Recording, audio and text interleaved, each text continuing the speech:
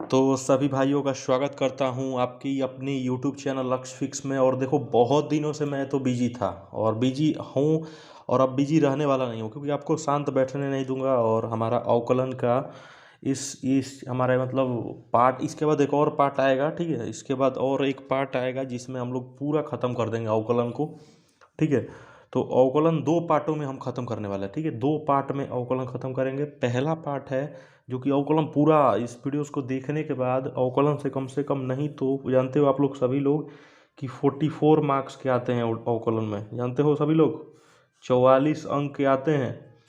और ये आपके पेपर में मतलब बहुत बड़ा टर्निंग गेम होने वाला है, टर्निंग होगा और आपका तबाही मचाएगा। तो हमारे चैनल से अभी नए हो तो ज्वाइन कर, अभी ये चैनल को सब्सक्राइब कीजिए, ठीक है। बहुत दिनों से हमारा चैनल से ये बैठा था और आपको बैठने अब नहीं दिया जाएगा यहाँ से, क्योंकि अब देखो चंद दिनों बाकी हैं। फरवरी आ चुका है आपके सर पर और 1 फरवरी को जानते हो कि हमारा मैथ्स का ही पेपर है। 1 फरवरी को मैथ का पेपर है, ठीक है। तो हम लोग आज इस अवकलन का टेंशन आप लोग ख़त्म कर दीजिए। मात्र 2 वीडियोस और अवकलन का टेंशन ख़त्म। इतना नंबर 44 नंबर, 44 क्या 44 से अधिक मार्क्स ही आता है, 44 नंबर से अधिक नंबर का आता है पेपर में, ठीक है। तो हम लोग अभी अवकलन सीखेंगे। अवकलन होता क्या है, चलिए। अवकलन को सबसे पहले हम लोग dy/dx लिखते हैं, जानते हो ना, dy/dx, ये सभी लोग जानते हो। चलिए, y क्या है, x क्या है, ये हमें समझना जरूरी है। ये d क्या होता है, इसको इंग्लिश में हम लोग डिफ्रेंशिएशन कहते हैं। देखो डिफ्रेंशिएशन स्पेलिंग देख लीजिएगा सभी लोग। उतना डिफ्रेंशिएशन का स्पेलिंग जरूरी नहीं है, लेकिन ये समझना ज़्यादा जरूरी है। डी मतलब डिफ्रेंशिएशन करना है किसको, y का किसके किसके सापेक्ष, नीचे वाला सापेक्ष होता है, ठीक है। सापेक्ष होता है, किसके सापेक्ष करना है, एक्स के सापेक्ष करना है, ठीक है। बहुत अच्छे से ध्यान से समझना, कोई भी दिक्कत नहीं आने वाला है इस वीडियोस को देखने के बाद, ठीक है। बात मतलब कोई भी फंक्शन रहेगा उसका कभी भी अवकलन करना है किसके सापेक्ष, नीचे वाले के सापेक्ष। कभी भी कोई भी चीज़ नीचे रहेगा तो उसी के सापेक्ष करना। अगर मान लो हमें dx/dy लिख दिया तो कभी भी y के ही सापेक्ष करेंगे, ठीक है। अगर नीचे वाला कोई भी कुछ भी हो जाए, y रहेगा तो y के सापेक्ष करेंगे, x रहेगा तो x के सापेक्ष करेंगे। इतना तो सभी को क्लियर होगा। तो अभी लाइक बटन ठोक दो, ठीक है। और सभी जगह फैलाना, जितने मेरे अवकलन, जितने जहीं मतलब बहुत ज़्यादा कंप्लेन आ रहा था कि अवकलन का किसी को मतलब पता ही नहीं चल रहा था, इसी अवकलन के चक्कर में कितने बच्चे परेशान थे। तो इस 2 वीडियो से अवकलन समाप्त हो जाएंगे, फिर 2 वीडियो से हमारे समाकलन समाप्त हो जाएंगे, तो आपका टेंशन दूर हो जाएगा, ठीक है। बस चैनल से जुड़े रहिए और नए हो तो सब्सक्राइब कीजिएगा, ठीक है। तो देख लीजिए, एक्स के सापेक्ष हमेशा नीचे वाले के सापेक्ष हमेशा करते हैं। वाई रहेगा तो वाई के सापेक्ष, वाई एक्स रहेगा तो एक्स के सापेक्ष, ठीक है। अब देखो जैसे एक क्वेश्चन है, अब ये तो अवकलन का काम खत्म हो गया। अब इससे और रिलेटेड क्वेश्चन क्या क्या आते हैं, सब सवाल आएंगे। अब यहाँ पे सबसे पहले फलन आपको पहचानना है। क्या पहचानना है, फलन। फलन मतलब होता है इसका इंग्लिश में होता है फंक्शन। क्या होता है, फंक्शन। फंक्शन मतलब फलन। फंक्शन कितने होते हैं, 5। कितने, 5 होते हैं फंक्शन। अब कौन कौन फलन होते हैं फंक्शन, 5 फलन। एक होता है नियत फलन, देख रहे हो, नियत फलन। अब इसका सबका अलग अलग से आपको बताया जाएगा कि नियत फलन किसे कहते हैं, नियत फलन का अवकलन कैसे करते हैं। बस आराम से देखते रहिए। फलन के पहले बारे में सब कुछ इंट्रोडक्शन जान लेते हैं। पहले तो हम लोगों ने सीखा कि कैसे एक्स के सापेक्ष किया जाता है, ठीक है। वन शॉट में जल्दी जल्दी ख़त्म कर रहा हूँ, ठीक है। इतना आप धीरे धीरे समझाने लग जाऊँगा तो प्रॉब्लम होगा। चलिए दूसरा नंबर देख लीजिए, त्रिकोणमिति है ना, त्रिकोणमिति फलन लिखा है, देख लीजिए। त्रिकोणमिति दूसरा फलन क्या होता है, त्रिकोणमिति। पहला क्या था, नियत फलन, और तीसरा लॉग फलन, ठीक है। लॉग जानते हो कि लॉग का ये सब log x, log 2x ऐसे टाइप के एग्जाम्पल आते हैं। त्रिकोणमिति तो जानते हो 6 होता है, साइन कॉस टैन, और वो सब जो भी 3 होंगे वो रेसिप्रोकल में आते हैं, मतलब उसके उल्टा, साइन का उल्टा कॉसेक। और नियत में आपको बताएंगे, टेंशन मत लीजिए, पहले देखते रहिए। घातीय फलन, ये तो घातीय फलन। घातीय मतलब होता है एक्सपोनेंट, मतलब e के पावर x ऐसे टाइप के। अवकलन कैसे करते हैं भाई, तो हम लोग सब कुछ सीखेंगे, टेंशन मत लीजिए। बीजगणित फलन, ठीक है। बीजगणित जानते हो ना, बीजगणित में जैसे ये x plus y, x square, x cube ऐसे टाइप में सवाल आएंगे, तो इनका हमें अवकलन कैसे करेंगे उसके लिए आपको सिखाया जाएगा, ठीक है। तो देखो अब सबसे पहले फलन क्या सीखेंगे सबसे पहले। अब ये देखिए हमारा नियत फलन अब चालू हो चुका है, ठीक है। नियत फलन सीखेंगे कि नियत फलन होता क्या है, ठीक है। टेंशन मत लीजिएगा थोड़ा सा भी, एकदम एक एक चीज़ सिखाएंगे नियत फलन में होता ही क्या है। देखो नियत फलन होता क्या है। चलिए हमारे अंग्रेजी के गिनती काउंटिंग्स नंबर कितने होते हैं, जल्दी से बताइए काउंटिंग नंबर कितने होते हैं जो गिनती गिनते हैं। गिनती टोटल कितने हैं, एक से लेके कितने तक हम गिनती गिन सकते हैं, अनंत तक। कितने तक, अनंत, ठीक है। अनंत तक गिनती गिना जा सकता है। 1 2 3 4 डॉट डॉट डॉट डॉट। ये हमारा गिनतियाँ ख़त्म नहीं होने वाली हैं, इन्हीं को तो नियत फलन कहते हैं, क्योंकि इनमें एक्स वगैरह नहीं होता है, ठीक है। और यही गिनती हैं, जीरो अगर लगा दे तो ये क्या हो जाएंगे, होल संख्या, ठीक है, होल नंबर।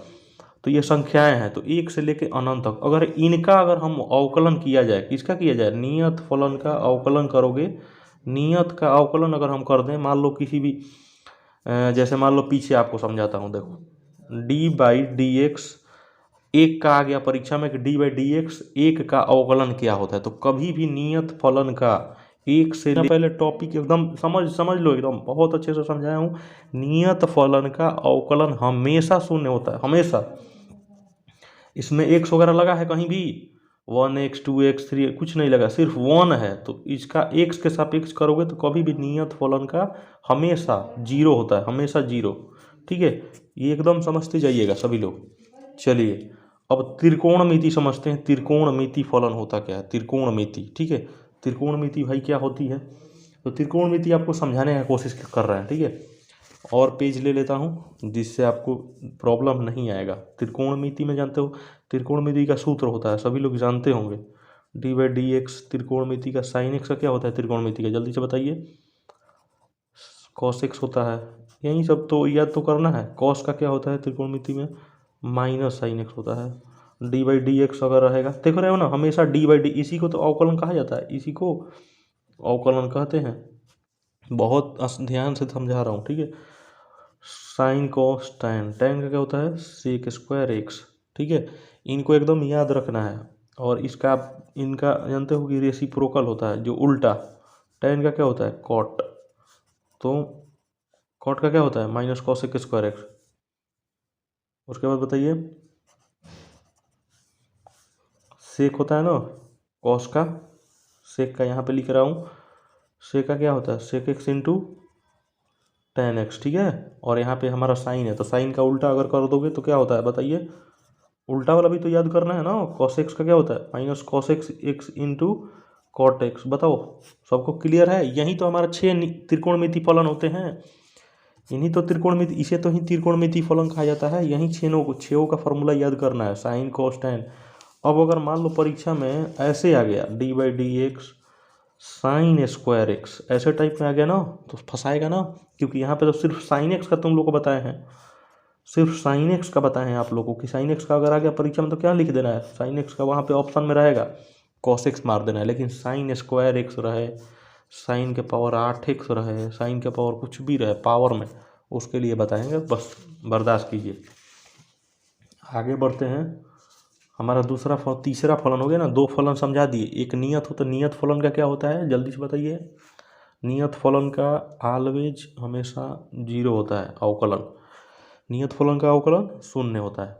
अब हम लोग और त्रिकोणमिति के लिए ये हमारा 6 सूत्र है, ठीक है। इसको स्क्रीनशॉट एक शॉट में ले लीजिए, ठीक है। बहुत अच्छे से लिख दिया हूँ, ये कॉटेक्स है नीचे वाला, यहाँ पे कॉटेक्स लिखा गया, ठीक है।